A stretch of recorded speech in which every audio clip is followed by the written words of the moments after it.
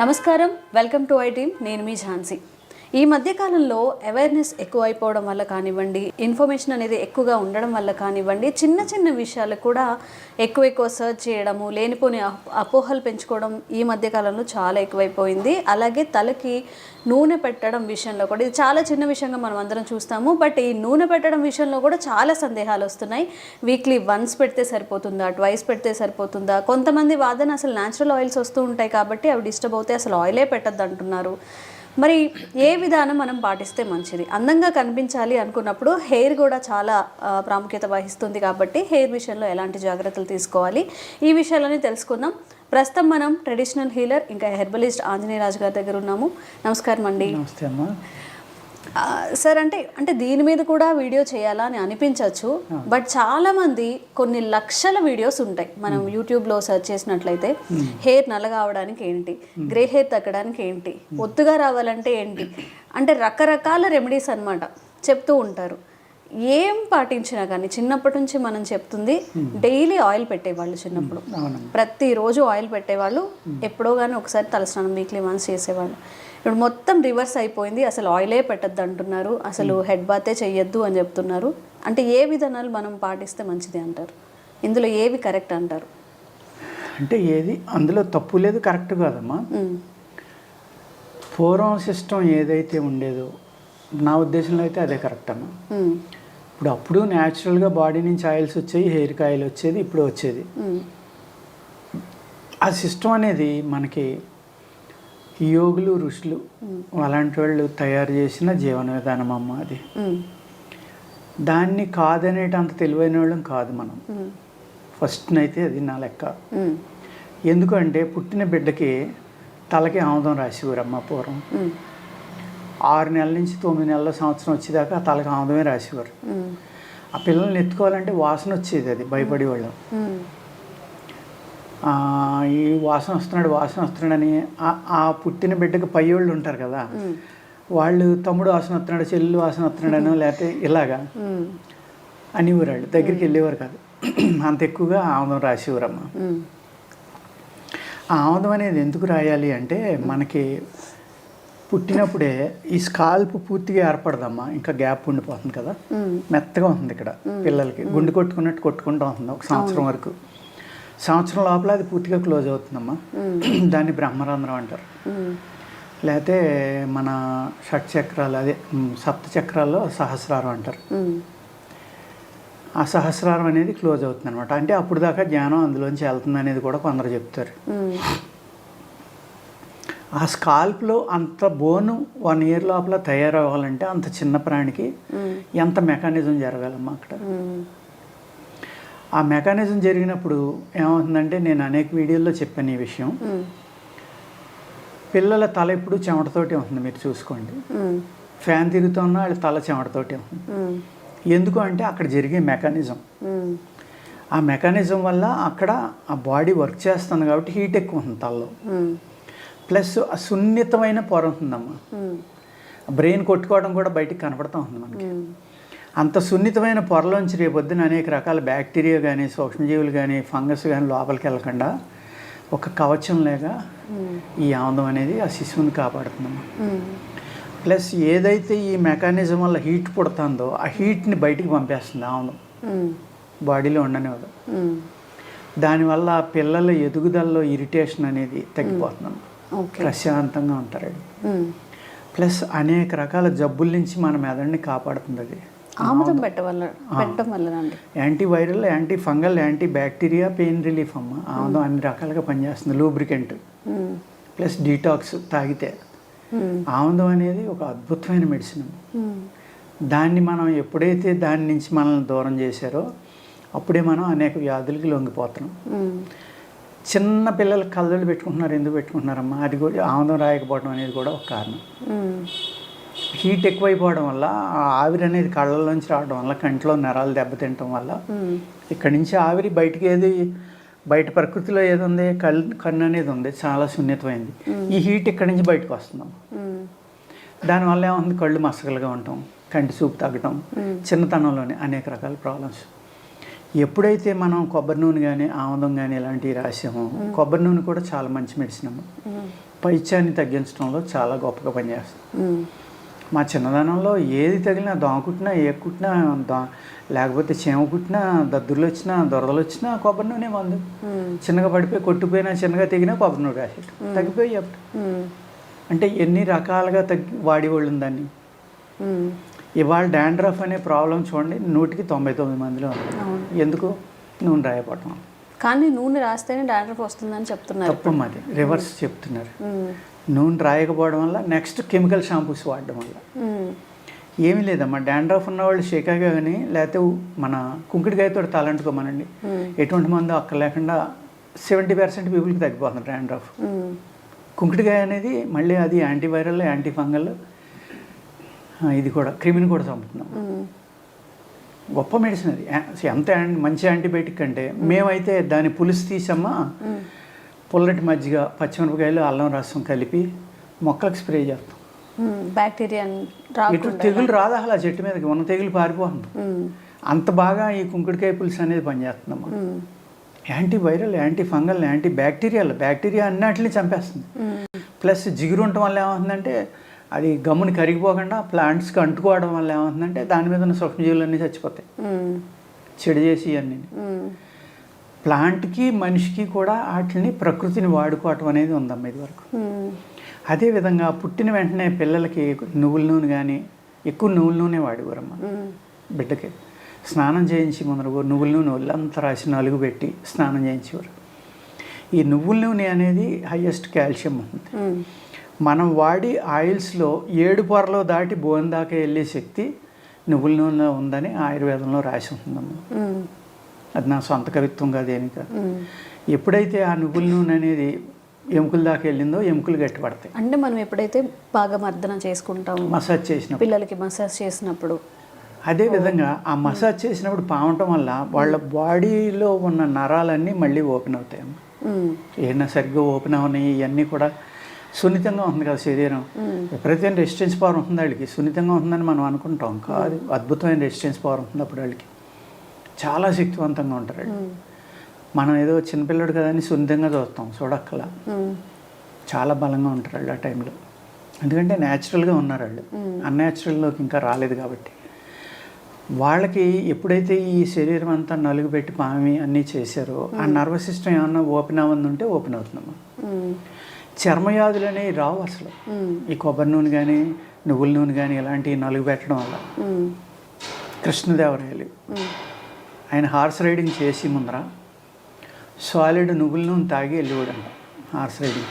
అలా తాగొచ్చండి డైరెక్ట్గా? శుభ్రంగా తాగొచ్చమ్మా. ఇప్పుడు వాళ్ళు తాగితే అరగదు. ఆయన గుర్రం మీద చాలా దూరం హార్స్ రైడింగ్ చేసేవాడు కాబట్టి ఆయనకి అరిగిపోయేది. ప్లస్ మల్ల యుద్ధం అని, కత్తి యుద్ధం అని అన్ని రకాల వాళ్ళు వ్యాయామం విపరీతంగా చేసేవారు కదమ్మా. ఆ వ్యాయామం చేసినప్పుడు బోన్స్ గట్టిపట్టడం కోసం, శరీరం మీద ఎటువంటి ఇది రాకుండా ఉండటం కోసం అలా తాగేవారు. అదేవిధంగా మనకి మధ్యలో మాకు ఒక 20 years బ్యాక్, మీకు తెలిసి ఉండదు, నువ్వుల నూనె పుక్కిలింతే నోటి జబ్బులు అన్నీ తగ్గిపోతాయని ఆయిల్ పుల్లింగ్ అన్నారు. అసలు ఇంకెక్కడ చూసినా ఆయిల్ పుల్లింగ్, ఏ ఇంట్లో చూసినా ఆయిల్ పుల్లింగ్ అని.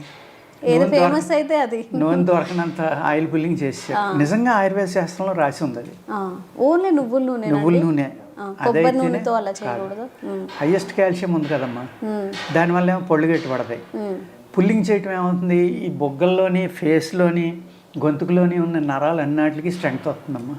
దానివల్ల కంటి చూపు పెరుగుతుంది, పళ్ళు గట్టి పడతాయి, మొహంలో గ్లో వస్తుంది. ఎప్పుడైతే వ్యాయామం మీరు చేశారో ఈ మజిల్స్ టైట్ అవుతాయి కదా, టైట్ అయినప్పుడు గ్లో వస్తుందా రాదా? వస్తుంది, ఆటోమేటిక్గా వస్తుంది.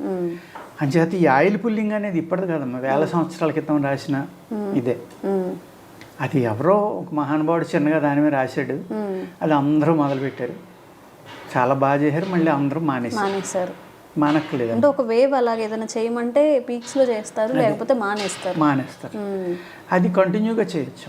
చేస్తే దానివల్ల పళ్ళు చాలా బలపడతాయి. అసలు నోటి వ్యాధులు అనేవి రావు, నోరు దుర్వాసన కూడా రాదమ్మా. అంత బాగా ఆయిల్ పుల్లింగ్ పనిచేస్తుంది.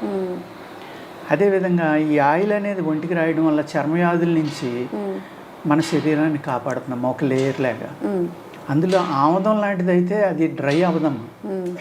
అందుకనే మీరు చూసుకోండి, కేవ్స్లో వేల సంవత్సరాల క్రితం కాగడా కూడా అలా తీసి వెలిగించిన వెంటనే ఎందుకు వెలుగుతుంది? అవి ఆముదంతో చేసిన కాగడాలు. మీరు ఇంకే ఆయిల్ అయినా సరే అబ్జర్వ్ అయిపోయి కొన్నాళ్ళకి ఆరిపోతుంది. ఆముదం ఎప్పుడు వేల సంవత్సరాలైనా అలాగే. అంచేత ఆముదంలో అంత అద్భుతమైన లక్షణాలు ఉన్నాయి కాబట్టి తలకు రాసేవారమ్మ. నువ్వుల నూనె అనేది రాసి మసాజ్ చేయడం వల్ల ఎముకలు ప్లస్ చర్మం కూడా గట్టిపడి ఎదుగుదల బాగుంటుంది కాబట్టి హైట్ కానీ ఇంకోటి కానీ గట్టిదనం కానీ, అందుకు ఒళ్ళంతా నువ్వుల నూనె రాసి మసాజ్ చేసేవారు. అది ప్రకృతి నుంచి మనల్ని కాపాడటానికి అనమాట.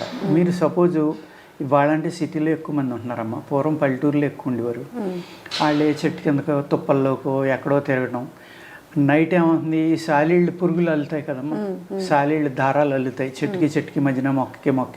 మనం నడిచేటప్పుడు అది ఫేస్కి బాడీ అంతా తగిలింది అనుకో అమ్మ. అప్పట్లో ఇన్ని రకాల బట్టలు కూడా లేవు. ఒక చిన్న పంచగట్టు, ఒక భుజం మీద తుండు.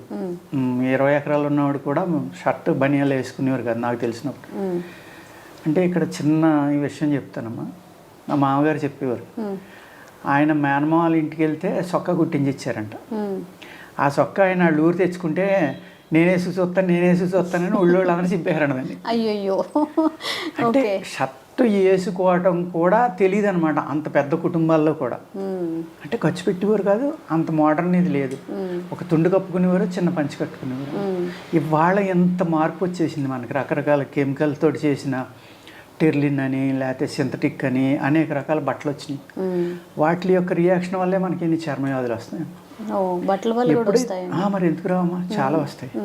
అదేవిధంగా వీళ్ళు ఎప్పుడైతే అలాగ ఒళ్ళు అంతా పూర్తిగా కవర్ అవ్వకుండా నడిచి వెళ్తున్నారో, ఈ సాలిళ్ళు దారాలు కానీ ఇంకోటి కానీ బాడీకి తగిలినప్పుడు అది అందులో ఒక టాక్సిన్ ఉంటుంది.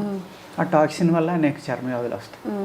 ఆ చర్మ వ్యాధులు రాకుండా ఆ విషాన్ని నుంచి కూడా ఈ ఆయిల్స్ ఒక లేయర్ లెక్క కాపాడి ఎండలో తిరిగినప్పుడు కూడా, ఇప్పుడు వైట్స్ ఉన్నారమ్మా, వాళ్ళు రకరకాల ఆయిల్ రాసుకుని ఎండలో పడుకుంటారు. ఎర్రతోలు వస్తే వాళ్ళకి అందంగా ఉంటామని వాళ్ళ బాధ అది.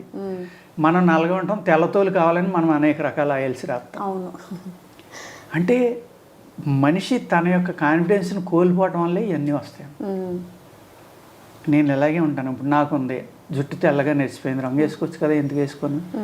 భగవంతుడు ఇచ్చింది అది, దాన్ని అలా యాక్సెప్ట్ చేయాలి అంతే తప్ప దానికి రంగు వేసుకుంటే నేను 70 ఏళ్ళు 20 ఏళ్ళు అయిపోయాను కదమ్మా. లేకపోతే నా అందం పెరిగిపోతే ఇంకొక అమ్మాయి నన్ను పెళ్లి చేసుకోరు కదా, ఆల్రెడీ వయసు అయిపోయింది. అంచేత ఇలాంటివి అనవసరంగా లేనిపోని ఆ కెమికల్ రాయడం, దానివల్ల డాండ్రఫ్ వచ్చింది, సోరియాసిస్ వచ్చింది, లేకపోతే అనేక ప్రాబ్లమ్స్ వచ్చినాయి, నా కంటి చూపు తగ్గిపోయింది. తలకి పెయింట్ వేసుకోవడం వల్ల, రంగు వేసుకోవడం వల్ల కళ్ళు పోయిన వాళ్ళు ఉన్నారమ్మా.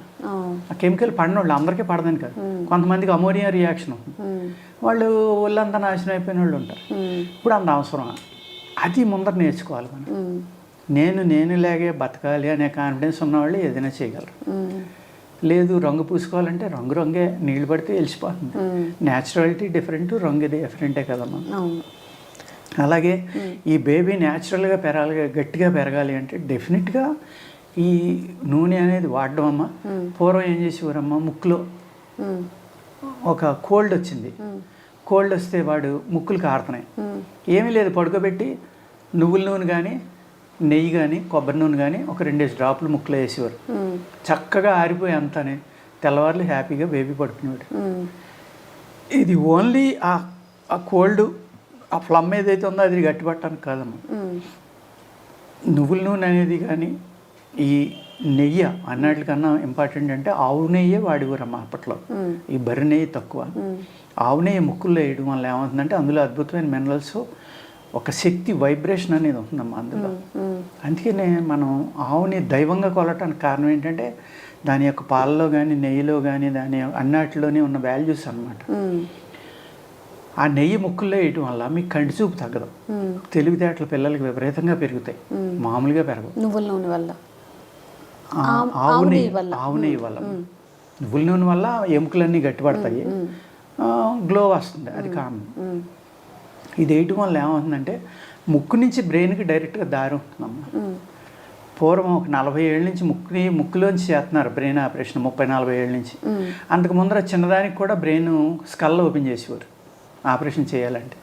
తర్వాత తెలుసుకున్నారు ముక్కులోంచి బ్రెయిన్కి దారి ఉందని, ఇప్పుడు ఆ పైపుల ద్వారా చేస్తున్నారు. మరి పూర్వీకులు బ్రెయిన్లోకి ఆవునే వెళ్ళి ఆడు తెలివితేటలు పెరుగుతాయని చెప్పారంటే వాళ్ళ సైన్స్ గొప్ప మన సైన్స్ గొప్పదమ్మా. వాళ్ళు తెలివి తక్కువ వాళ్ళు అంటాం మనం, లేకపోతే చేదస్తాం అంటాం. దాన్ని బట్టి మనం ఏం కోల్పోతున్నాం నాలెడ్జ్ అనేది మనం అర్థం చేసుకోవాలమ్మా.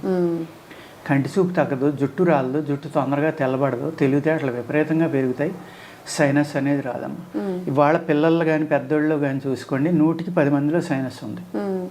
10 పీపుల్ మినిమం ఉన్నారు సైనస్ సైనస్ సైనస్, లేకపోతే పాలిప్ ఉంది, లేకపోతే ఇంకోటి ఉంది ముక్కులను. అలా అవన్నీ ఎందుకు వస్తున్నాయమ్మా? ఈ న్యాచురల్గా ఈ సిస్టమ్ అంతా మర్చిపోయాం. మోడర్న్ వైద్యులు ఏమంటారు, అయ్యో తాగితే అది అయిపోతుంది ఇది అయిపోతుంది, పొరపాటును కూడా చెవిలో నూనె పోయకండి, ముక్కులో నూనె పోయకండి, ఏమీ చేయకండి. మరి నేను ప్రతి వారం పోసుకుంటానమ్మా, ప్రతి వారం చెవిలో నూనె పోస్తాను. ఇంతవరకు నాకు హ్యాపీగా ఉన్నాను. నేను ఎప్పుడు చెవి వ్యాధి అనేది జరగదు ఇంతవరకు. నాకు కంటి చూపు కూడా పోలేదు ఇంతవరకు. నేను వారానికి ఒకసారి తల బ్రహ్మాండంగా అంత కారిపోయేలాగా ఒక రోజంతా ఉంచేసుకుని కొబ్బరి నూనె రాసుకుని మన్నాడు స్నానం చేస్తాను. అవునండి. ఇక్కడ మళ్ళీ ఇంకొక డౌట్ ఏంటంటే, తలకి ఆయిల్ పెట్టే దాంట్లో కూడా రకరకాల సజెషన్స్ చెప్తూ ఉంటారు. నిజంగా వీక్లీ ఎన్నిసార్లు మనం తలస్నానం చేయొచ్చు, వీక్లీ ఎన్నిసార్లు మనం ఆయిల్ పెట్టుకోవచ్చు? మనం సోగ్గా ఉండక్కర్లేదు, మనం ఎలా ఉన్నా హెల్త్ ఇంపార్టెంట్ అనుకుంటే డైలీ రాసుకోవడం మంచిదమ్మా. డైలీ రాసుకోవాలి, డైలీ రాసుకుంటే మంచిది. ఒకవేళ ఆఫీస్కి అట్లీస్ట్ వారానికి 1 నుంచి 2 రోజుల మట్టుకి తల తడిపేయాలమ్మా. తడిపేసి బాగా మసాజ్ చేస్తే ఇంకుతుంది అది స్కల్లోకి. ఆ ఇంకినప్పుడు ఈ డాండ్రాఫ్లు కానీ ఇంకోటి కానీ పోతాయమ్మా. అవి పోవాలంటే ఇంకోటి ఏంటంటే, మీరు 1 లీటర్ కోకోనట్ ఆయిల్ తీసుకోండి, 1/2 లీటర్ మన నిమ్మరసం తీసుకోండి అమ్మా. అది అందులో వేసేసి నిమ్మరసం ఇంకిపోయే వరకు సన్నటి మంచమే మరగబెట్టండి. ఆ ఆయిల్ రాసుకోండి.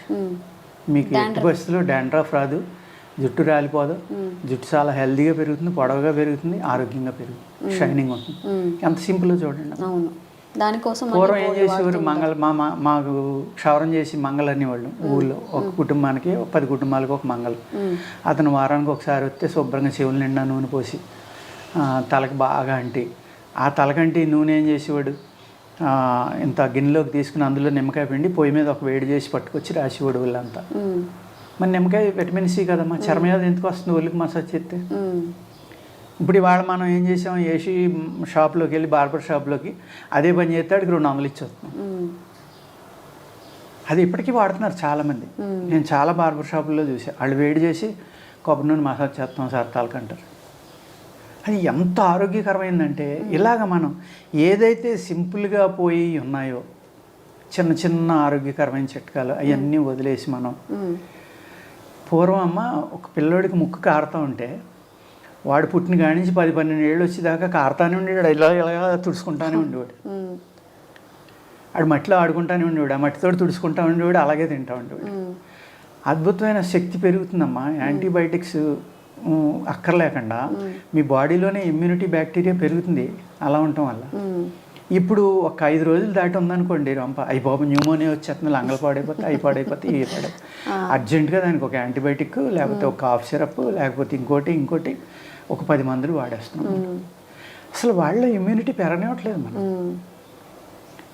వాళ్ళు మంచి జాంకాయ తినరా తగ్గిపోతుంది, మీ పిల్లడికి రోజు జాంకాయ పెట్టండి తగ్గిపోతుంది అనేవారు. నిజంగా అంటే అక్కడ సైన్స్ అనుకోవాలా, అది ట్రెడిషన్ అనుకోవాలా. జామకాయలో హయ్యెస్ట్ విటమిన్ సి ఉంటుంది. మరి విటమిన్ సి ఏం చేస్తుంది, ఇమ్యూనిటీ పెంచుతుంది కదా. కోల్డ్కి విటమిన్ సి వాడుతున్నాం కదా ఇప్పుడు మనం. జామకాయలో ఒక ఉసిరికాయ ఒక జామకాయ తగ్గిపోవాలి. నిజంగా తగ్గిపోయింది. ఒక 20 రోజులు నెల ప్రతి ఇంట్లోనే ఏదో 10 ఇంట్లకి 4 అయినా జామ మొక్కలు ఉండి, మామిడికి రొంప ఉంది, కాయ కోసుకుంటాను రోజు అంటే రోజు కోసుకోరాని ఎవరు. రోజు జామకాయ తినిపించే వాళ్ళకి రొంప తగ్గిపోయిన వాళ్ళు నా చిన్నప్పుడు ఎంతోమందిని చూశాను నేను. 2 ఉసిరికాయలు తింటే రొంప తగ్గిపోయిన వాళ్ళని చూశాను. ఈ ప్రకృతిలో ఎంత అద్భుతమైన ట్రీట్మెంట్ ఉందో మనం మర్చిపోయాం. దానికి దూరం అయిపోవటం వల్ల ఎంత బాధలను మనం అనుభవిస్తాం. మళ్ళీ వెనక్కి వెళ్ళవలసిందే, తిరుగులేదు. ఇప్పుడు మ్యారేజ్ చేస్తున్నాం అమ్మా మనం. పెళ్లి చేస్తే ఇది వరకు తాటాకు పందిరి, దానికి తోరణాలు, ఆ పందిరి మళ్ళీ ఆ పందిరి రాటలకి అన్నిటికి అంటే ఆ పిల్లర్స్కి పసుపు కుంకుమ కలిపి రాయడం. ఎంత అద్భుతమైన సైన్స్ ఉందో తెలుసమ్మా దాని వెనకాల. మామిడి కొమ్మని ఇరిశాక కూడా 48 అవర్స్ మళ్ళీ ఆక్సిజన్ కార్బన్ డైఆక్సైడ్ తీసుకుని ఆక్సిజన్ ఇస్తూనే ఉంటుంది. ఇరిచాక కూడా, చెట్టు నుంచి మొక్కలు చేశాక కూడా. అందుకని మామిడి తోరణాలు కడుతూ ఉంటారు ఎక్కువ. అది ఎందుకు కట్టారు అక్కడ? ఒక 100 మందో 200 మందో పూడుతున్నారు అక్కడ, ఒకే చోట ఉన్నారు. ఈడు వదిలిన గాలి ఆడు పీలుతాడు, ఆడు వదిలింది ఆడు పీలుతాడు. ఆక్సిజన్ అందకపోతే, ఇరిటేషన్ పెరిగిపోతే, దెబ్బలాడి వస్తే ఆ శుభకార్యం నాశనం అయిపోవాలి. అయ్యో. అందుకు అందరూ పీస్ఫుల్గా ఉండి మంచిగా ఆలోచించడం కోసం ఈ కార్బన్ డైఆక్సైడ్ని అది అబ్జర్వ్ చేసుకుని ఆక్సిజన్ ఇస్తుందనే సైన్స్ తోటి ఒక మామిడి రబ్బ ఎందుకు కడతారు? కొన్ని వేల లక్షల చెట్లు ఉండగా ఎప్పుడైనా ఆలోచించారు? ఎవరిలో ఆలోచించరు ఈ పాయింట్. దాని వెనకాల ఏముంది? సైన్స్, అద్భుతమైన సైన్స్. హయ్యెస్ట్ ఆక్సిజన్ ఇస్తుంది. అలాగే మనం ట్రీ హౌస్లు కడుతున్నాం. ఇవాళ ఆక్సిజన్ వచ్చి చెట్టు మీద కట్టాలి తప్ప 24 hours ఆక్సిజన్ ఇచ్చేది వేసిన చెట్టు మీద కడితే అది తొందరగా చచ్చిపోతాడు అందులో ఉన్నాడు. అది కార్బన్ డైఆక్సైడ్ ఇస్తుంది రాత్రి పగల కూడా. రాత్రి అసలు నిద్రపోతుంది, అది ఏం చేయదు. ఇలాగా పసుపు కుంకుమ ఎందుకు రాస్తున్నారు అక్కడ? పసుపు అనేది హయ్యెస్ట్ యాంటీబయాటిక్. ఆ స్తంభాలు బయట నుంచి పట్టుకొచ్చాం. దానికి ఏ బ్యాక్టీరియా ఉందో, ఏ క్రీమ్ ఉందో తెలియదు, ఏ సాలి పురుగులు ఉన్నాయో ఏమో, అది రాస్తాం. ప్లస్ వచ్చినోడు దానికి జారబడతారు. వాడు బాడీకి చెమట ఉండొచ్చు, ఇంకోటి ఉండొచ్చు. ఇప్పుడు మళ్ళీ ఏసీ కళ్యాణ మండపాలు ఇంకోటి ఉండి కాదు కదా, పెళ్ళిళ్ళన్నీ వేసవికాలం పెట్టుకోరు ఎక్కువ, ఇలా కారిపోతూ ఉండి. ఈ అన్నిటి నుంచి కాపాడటం కోసం ఒక అద్భుతమైన సైన్స్ తోటి పసుపు కానీ కుంకుమ కానీ, లేకపోతే ఆ కట్టిన రాటకి ఒక కొబ్బరి మట్ట ఆకు తీసి దాన్ని అల్లివారు నీట్గా. ఆ పిల్లర్స్ కూడా గ్రీన్గా కనపడి, ఆ గ్రీన్ అనేది ప్రకృతిలో ఒక భాగం అమ్మ. దానికి మన కళ్ళు అలవాటు పడిపోయినాయి. ఒక పచ్చదనాన్ని చూస్తే తెలియకుండా ఆనందపడతాం చూడు, అది ప్రకృతికి మనం దగ్గర అయిపోవటం. ఆ ఆనందం అనేది ఆ పిల్లర్ చూసిన వాళ్ళకి కలగటం వల్ల ఈ ప్రాబ్లమ్స్ అన్నీ సాల్వ్ అయిపోతాయి అక్కడ. ఆ శుభకార్యం అనేది చాలా చక్కగా అవుతుంది. అంత అద్భుతమైన సైన్స్ ప్రతి దాంట్లోనే మన దాంట్లో, ప్రతి చిన్న విషయంలో కూడా ఏదో ఒక సైన్స్ ఉంది బిహైండ్. అది ఇవన్నీ కోల్పోవడం వల్ల వాళ్ళు నూనె రాయకూడదు, అది రాయకూడదు, ఇది రాయకూడదు, ముక్కులో వేయకూడదు, చెవులో వేయకూడదు. మరి వేసుకున్న అందరం మాలాంటి వాళ్ళు, మా తరం వాళ్ళు ఇంకా ఇక్కడికే వేసుకునే వాళ్ళు ఉన్నారు. మేము అందరం పోవాలి కదా, ఈ వాడికి మాకు కంటి చూపు తగ్గిపోవాలి, లేకపోతే చెవుడు వచ్చేయాలి, లేకపోతే పళ్ళు ఊడిపోవాలి. ఏమీ లేదు నాకు. 70 ఏళ్ళు వచ్చినాయి, కళ్ళజోడు కూడా అక్కలేదు నాకు. మరి నేను ఎలా ఉన్నానో అన్నీ రాసుకుని. నిజంగా చెడ్డ చేస్తే నాకు జరిగి ఉండాలి కదమ్మా. ఈ పాటికి ఏం జరగలేదు కదా, ప్రస్తుతానికి బాగానే ఉన్నాను నేను. మన సాంప్రదాయాల్ని, మన సంస్కృతిని మర్చిపోయి వేరే అలవాట్లని మనం హ్యాబిటేట్ చేసుకొని మళ్ళీ ఎందుకు ఇలా వచ్చింది, ఈ డిసీజ్ ఎందుకు వచ్చింది, ఆ డిసీజ్ ఎందుకు వచ్చింది, ఇది ఎందుకు ఉంది, అది ఎందుకు ఉంది. నిజంగా ఆంజనేయులు గారు చెప్తుంటే నిజంగా ఎంత సైన్స్ అంటే ప్రతి చిన్న విషయం వెనుక కూడా చాలా లాజికల్గా.